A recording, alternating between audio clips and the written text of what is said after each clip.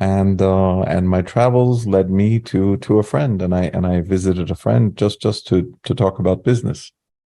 I had no intention of furthering my spirituality or learning anything new. But that discussion, which lasted maybe a few hours,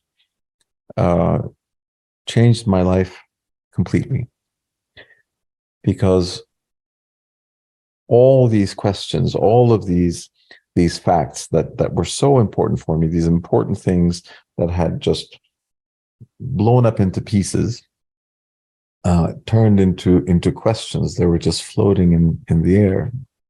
And within those brief few hours, those questions led to answers, and of course, deeper questions. And it was a fork in my life.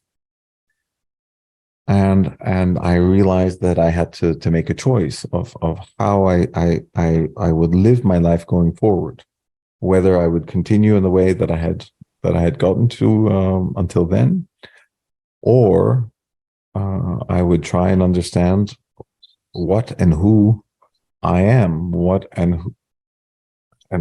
is the universe, how existence functions, and what is reality. And that choice seemed all the more pertinent. And that was maybe 15, 20 years ago. I don't know the exact time, but since then my life took a vast change, and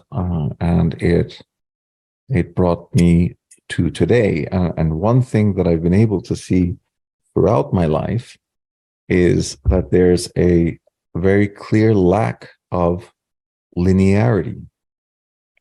It's not that we move towards a direction and we are constantly moving in that direction. The move that we have as human beings is like a wave format. We are, or like a pendulum. We move away, we move towards, we move in one direction. That teaches us a number of things. Then we move in another direction, and that teaches us a number of things. And it's a little bit like I guess the gears on a clock. There are certain gears that are turning in one direction. There are certain gears that are turning in another direction. But all of those gears work to move you forward in one way or another. And so I guess this is the brief summary of what my life is and how it came here. Now we have, I guess, two subjects. There's I'm a professional. I'm a hedge fund manager on the one hand, and on the other hand, we're talking about existence, spirituality, Sufism within that. And one might ask, how do those? Yes, how do you navigate between spirituality and modern type of life, which many people would consider that if one goes through a spiritual path, one needs to avoid living in such a luxurious life, let's put it that way. Or yes, so basically, and usually people who are in the spiritual journey not necessarily is successful in the modern type of life. How do you navigate between the two?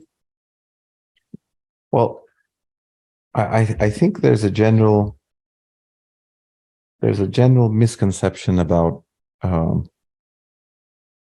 where things fit in. So the way I think we look at our lives is we say, I have my family life, I have my professional life, I have my home life, I have my spiritual or religious life, and these are all sitting in different compartments. And we say, okay, today it's time for spirituality or for my religion, so I'm going to pray, I'm going to do this, I'm going to do that. Now it's time for my work. I'm going to leave all of that spirituality behind and I'm going to do my work. And I don't think the universe really functions that way.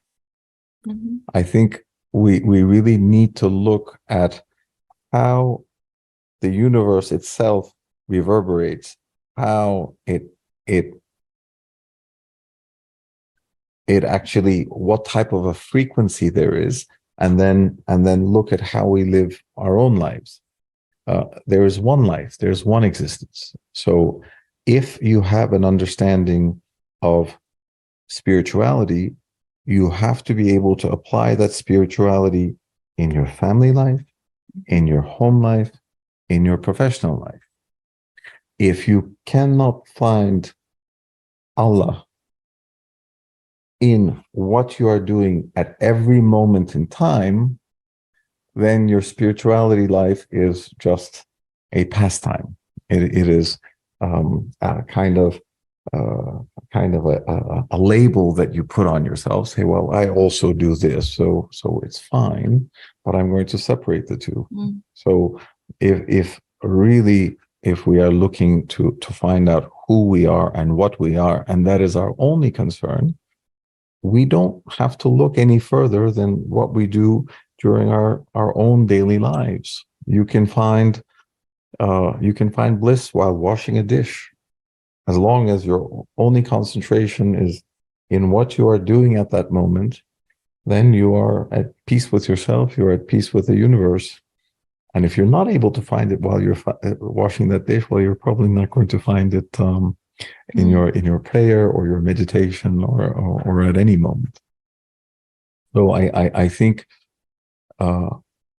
we tend to separate these realities, whereas there's only one reality, there's only one existence, and we have to be cognizant of what that existence is, and reverberate that existence through everything that we do. So that's one of the key success of what you do in your modern business life, that you actually see that as part of the singular reality.